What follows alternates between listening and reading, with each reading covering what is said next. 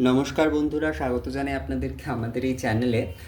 আমি আজকে অনেকেই আমাকে আসলে ইনবক্স করছিলেন যে দাদা এই সহজ সরলভাবে অর্থাৎ মন্ত্র আদি এত কিছুর মাধ্যমে তো আমরা অনেক বড় মন্ত্র আদি এই সমস্তভাবে আমরা সত্যি আরতি আদি করতে পারবো না, একটু সহজভাবে যদি বলেন লক্ষ্মী পুজোর জন্য তাহলে খুব ভালো হয়।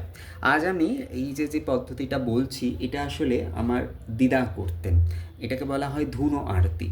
আমার দিদা বলতেন ধুনো আরতি এবং আমরাও সেটাই বলতাম। আসলে আমার দিদা যে খুব, আমার ঠাকুমা যেমন অনেক পুজো আদি করতেন এবং অনেক আয়োজন করতেন, আসলে পুজো আদি করতেন বলতে আয়োজনটা বেশি করতেন, কিন্তু আমার দিদা এত আয়োজন আদি করতেন না এবং খুব যে বড়সড় করে পুজো আদি করতেন এমনও নয়।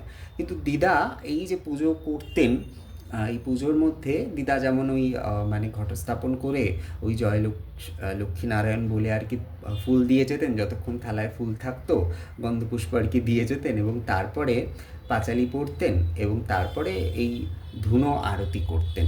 তো এই ধুনো আরতিটাই ছিল দিদার অ্যাকচুয়ালি প্রধান পুজোর বিষয়। তখনকার দিনে তো আর পুজো আদির এত সিস্টেম বা এত কিছু আলাদা করে আর মানে গৃহবধূ যারা তারা জানতেন না।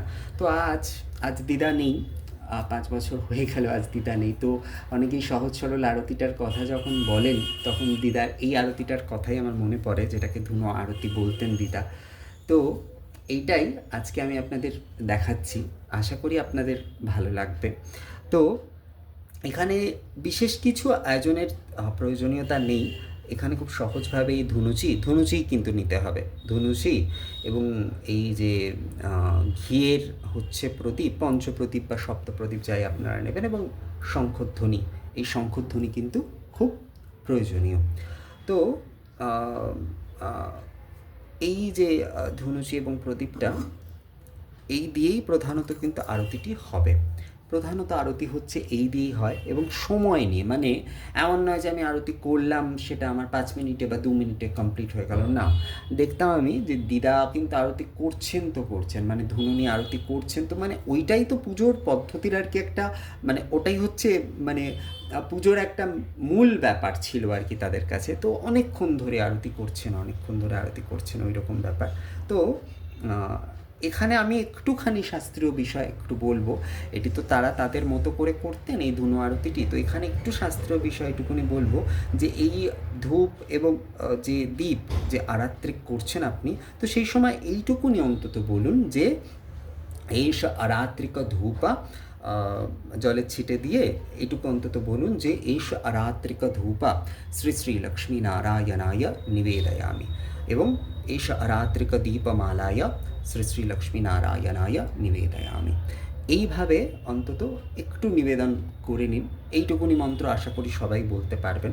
এবং তারপরে হচ্ছে শঙ্খধ্বনি করতে হবে। প্রথমেই কিন্তু যেই শঙ্খধ্বনিটা করতে হবে,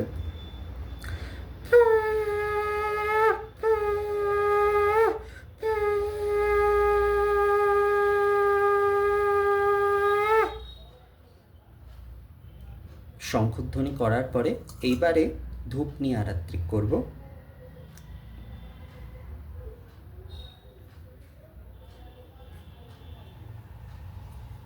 এই ধুনো আরতি কিন্তু মূল হচ্ছে এখানে ধুনো আরাত্রিক করব।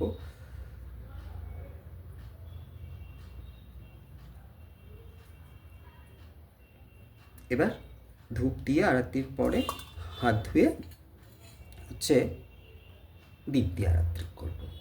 খুবই সহজ সরল ব্যাপার। আসলে এটি দেখানোরও আলাদা করে যে কিছু আছে তা নয়, কিন্তু যেহেতু অনেকে বলেছেন আমি সেই জন্যই বললাম।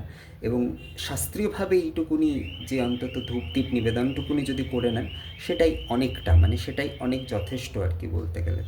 তো দীপ দিয়ে আরতি করব। দীপ দিয়ে আরতি করার পরে দীপ আরতি হয়ে গেলে হাত ধুয়ে যথারীতি আবার শঙ্খধ্বনি করব।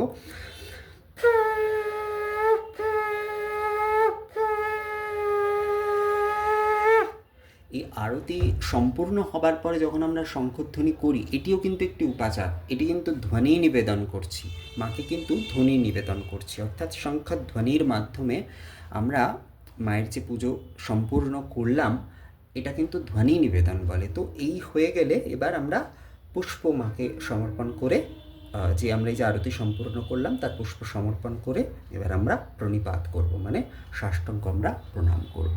তো এইভাবেই কিন্তু মায়ের যেই সহজ সরল যে আরতি, অর্থাৎ যে ধুনো আরতি, এইটি আমার দিদা করতেন।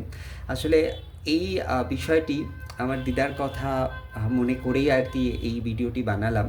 আশা করি আপনাদের সকলের ভালো লাগবে এবং আপনারা যারা সহজ সরলভাবে আরতি করতে চাইছেন তারা এটি করতে পারবেন। আমি আবারও বলি যে নিবেদনের ক্ষেত্রে শুধু এইটুকু বলবেন যে এষ আরাত্রিক ধূপ শ্রী শ্রী লক্ষ্মী নারায়ণায় নিবেদয়ামি, এষ আরাত্রিক দীপমালায় শ্রী শ্রী লক্ষ্মী নারায়ণায় নিবেদয়ামি, এইটুকু বললেই হবে অন্তত।